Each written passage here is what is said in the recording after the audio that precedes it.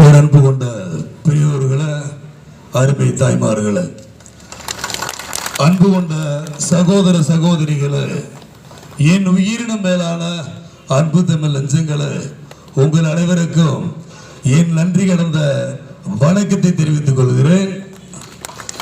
தேசிய முற்போக்கு திராவிட கழகம் இன்னைக்கு கட்சி ஆரம்பிச்சு 20 வருஷத்துல 25ஆம் ஆண்டு கொடிநாள் வெள்ளி விழாவில் இந்த ஈரோடு தெற்கு மாவட்டத்தில் இந்த மொடக்குறிச்சிங்கிற ஊர்ல உங்க முன்னாடி பேசுறது நினைச்சா மனசுக்கு ரொம்ப சந்தோஷமா இருக்கும்.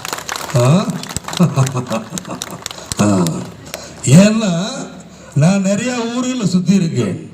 தேர்தல் நேரங்களில் இந்த நேரத்தில் அங்க இங்க நிறைய பாதைகள் கடந்து வந்த பாதைகள் நிறைய இருக்கு.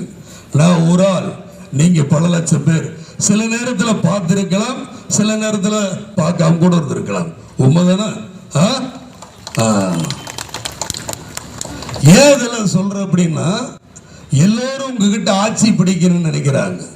எப்படியாவது ஆட்சி பிடிக்கணும், கோடி கோடியா சம்பாதிக்கணும், ஊழல் பண்ணணும்னு சொல்லி எப்படியாவது உங்களை ஏமாத்தி ஆட்சி பிடிக்கணும்னு நினைக்கிறாங்க. எனக்கு அந்த ஆசை எல்லாம் கிடையாது. நான் உங்க உள்ளங்களை பிடிச்சா போதும் நினைக்கிறேன். அதனாலதான் இத்தனை தாய்மார்களும் இளைஞர் பெருமக்களும் இவங்க முன்னாடி நிக்கிறத பேசுறது நினைச்சா ரொம்ப சந்தோஷப்படுறேன்.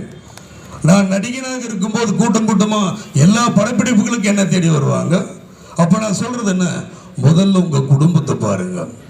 நீங்க உங்க அப்பா அம்மாவுக்கு பிள்ளைகளாக இருக்கணும், அப்புறம் தான் நீங்க எனக்கு ரசிகன் அப்படின்னு சொல்லுவேன். ஆனா இருந்தாலும் இவங்க கேட்க மாட்டாங்க. எங்களுக்குன்னு ஒரு கொடி வேணும், எங்க மன்றத்துக்குன்னு ஒரு கொடி வேணும், நமக்குன்னு ஒரு அடையாளம் வேணும். கேப்டன், நீங்க எங்களுக்கு ஒரு கொடியை நீங்க கொடுத்துதான் ஆகணும்பாங்க. அப்ப உங்களுடைய பாசத்துக்கும் அன்புக்கும் நான் அடிபணிச்சுதான் நினைக்கணும், உங்களை நான் மதிச்சு தானே ஆகணும்.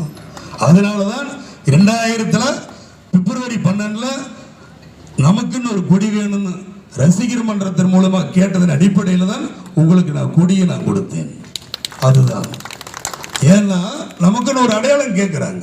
போலீஸ் ஸ்டேஷனா இருக்கட்டும், மற்றவங்க முன்னாடி பேசுறதா இருக்கட்டும், யாரு மன்றம் தானே, வெயிட் பண்ண அப்படிங்கிறாங்க. மற்ற கட்சிக்காரங்க வந்தா மரியாதை கொடுக்குறாங்க, ரசிகர் மன்றத்துக்காரங்க போனா மதிக்கிறது இல்லை. அப்ப நம்மளுக்குன்னு ஒரு மரியாதை வேணும், அடையாளம் வேணுங்கிறதுக்காக தான் நான் உங்களுக்கு நான் கொடி நான் கொடுத்தேன். கொடி கொடுத்த 5 வருஷத்துல 2000 நான் கொடி கொடுக்கிறேன். 2005 கட்சி ஆரம்பிக்கிறேன். தமிழகம் முழுவதும் சூறாவளி சுற்றுப்பயணம் ஒவ்வொரு ரசிகர் மன்ற மாநில நிர்வாகிகளும் மற்ற அடிமட்ட ரசிகர்கள் எல்லாத்தையும் நான் சந்திச்சு அவங்களுடைய கருத்துக்கள் கேட்டதன் அடிப்படையில் தான் நான் அரசியலுக்கே வந்தேன். மற்றவங்க மாதிரி 4 செவத்துல உட்கார்ந்து நான் முடிவெடுக்கலையே, உங்ககிட்ட கேட்டு தானே முடிவெடுத்தேன். என் மக்கள் கிட்ட அன்பையும் ஆசீர்வாதத்தையும் வாங்கிட்டு தானே நான் அரசியலுக்கு வந்தேனே. உண்மைதானே? இதுதான் என்னுடைய குணம். அப்புறம் அரசியலுக்கு வந்து சொன்னாங்க, இதனா வரைக்கும் எல்லாரும் ஊழலை லஞ்சத்தை ஒழிக்கிறேன்னு சொன்னாங்க. ஆனா இதனா வரைக்கும் அவங்க எதுவுமே பண்ணலையே, நீங்க எப்படி ஊழல் ஒழிக்க போறீங்கன்னு சொன்னாங்க. நான் ஒரே வார்த்தை சொன்னேன், நீங்க எங்க யோக்கியம் ஒழுக்கமா இருக்கீங்க? அரசாங்க அதிகாரிகளா இருக்கட்டும், எம்எல்ஏக்களா இருக்கட்டும், எம்பிகளா இருக்கட்டும், நீங்க தொடர்ந்து ஊழலாவே பார்த்துக்கிட்டு இருந்தா உங்களுக்கு எப்படி நல்ல ஊழல் ஒழியும்? நீங்க எதை பண்ணிட்டு இருக்கிறீங்களோ அதுக்கு நான் எதிராளியா இருக்கேன்.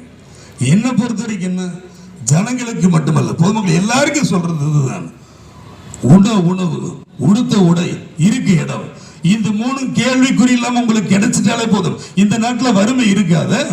நான் 2006 தேர்தல் அறிக்கையில தாராளமா சொல்லியிருந்தேன், படித்த இளைஞர்களுக்கும் படிக்காத இளைஞர்களுக்கும் வேலை வாய்ப்பு ஏற்படுத்தி தருவேன், அவங்களுக்கு இஷ்டமான தொழிலுதவியை கற்றுக்கிற வைப்பேன். அப்படி இல்லை கூட பேங்க் மூலமா கடன் உதவி வாங்கியாவது உங்களுக்கு நான் தொழில்பேட்டை வைத்து கொடுத்த தொழில் மூலமாக உங்களை வாழ வைப்பேன் சொன்னேன்.